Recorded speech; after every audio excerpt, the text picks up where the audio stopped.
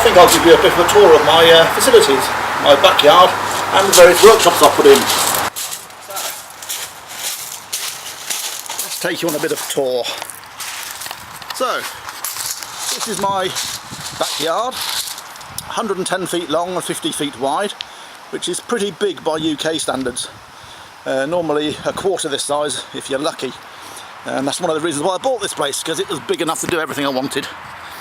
So I've got various other sheds in here that I use for storing various things up at the top end of the garden there. But this is my main workshop, this huge great thing. And I'll give you a little, show you around what's in there. So I've got a little lean-to on the outside where I've got my dust extract system and lots of firewood to keep me warm in the winter. And here's the main workshop. Most important thing in a workshop is, of course, the radio. Got to have Planet Rock showing at all times. So, my main workbench where I do most of the work, and then underneath the workbench, loads of rubbish that I've collected over the years that I really must get round to clearing out. So, looking around off the bench vise, wood vise, and then you come to the first proper bit of equipment, which is a vacuum laminator. This is actually for pressing bits of paper and plastic coating them, but I've repurposed it and now use it for doing veneering. And so I can do flat panels of veneer up to the full size of that, which is over 1 metre long and about 3/4 of a metre wide, which is pretty good going. Then one of my new acquisitions is my random orbit sander, which I've put an extra big block on the front of at the moment to stop any muck getting inside it, because I'm going to be doing some wet sanding on it. And then I have my shot blasting cabinet.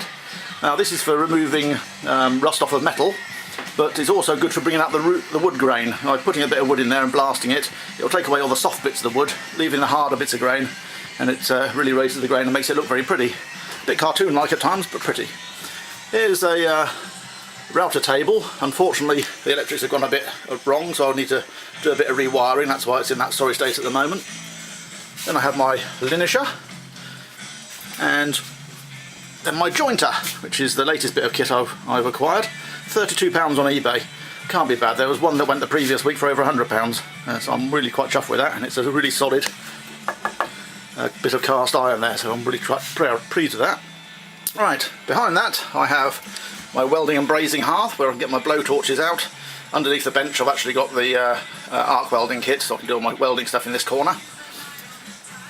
Then I move over to the pillar drills. So I've got one large pillar drill which is fairly slow, and then one much faster one for smaller holes.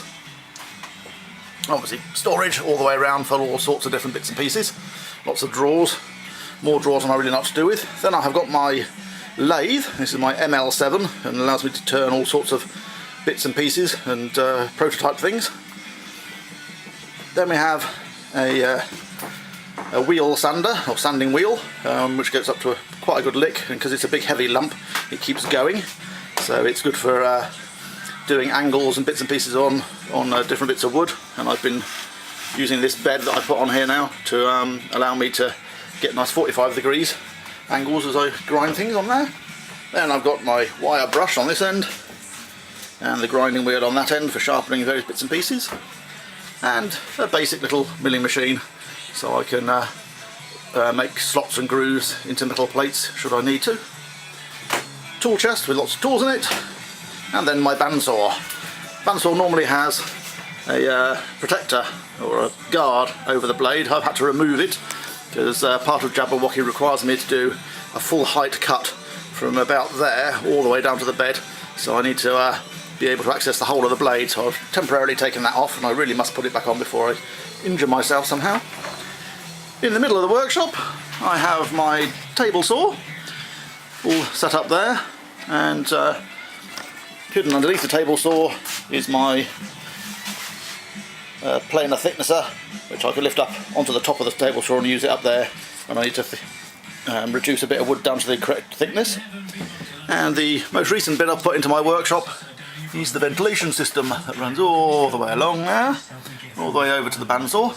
Well, actually it runs from the bandsaw all the way back, goes down the outside of the shed, under the floor, and then comes up here where it plumbs into the table saw. And I've got an extra fitting on the top here, so if I want to I can open that up and I can have a bigger hose on here to attach to some other equipment, quite possibly the jointer over there, because that's already got a dust extract fitting on the side. So that's the main mechanical and wood shop as such, and next door I have my mucky workshop. So let's have a little look in there. So in here, lots of mess. And that's why I keep this workshop separate. So it's where I make lots and lots of mess. So I really need to tidy this up so I can get on with the next stage of Jabberwocky. But currently, as you can see, I'm making the claws that catch, and we'll continue doing that in parallel to doing the teeth that bite. So in here, like I said, I've got fiberglass down the bottom there, big roll of fiberglass, and all those sort of resins and stuff on various shelves. Nice old set of drawers that I keep various bits and pieces in. And this here's my old movie makeup kit from when I worked in the movies. And there's a dental kit where I can actually make fangs and teeth from. So, wood pile there for helping keep me warm in the winter. And then I had the clean workshop, which is one I specifically put together for puzzles, because there wasn't anywhere that was clean enough, that wasn't covered in dust and muck and things. Having said that, clean, it's still a bit messy, but cleaner than most other places. So, various bits of Jabberwocky lying around here. I've got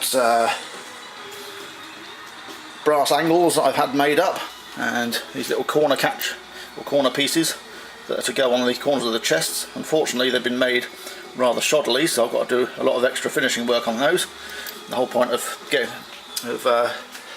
getting someone else to do it was that it would save me some work, but it hasn't, so never mind, that's the way it goes. Now this is a nice clean workshop, nice screeded floor runnings. I have my 3D printer down here. Normally that lives up on the side here, and is where I obviously 3D print or prototype things. Once again, more Jabberwocky bits and pieces, but I'm not going to detail those too much. And loads more over there as well. Lots of engraved bits of glass and things ready for the Jabberwocky. And look, there we go.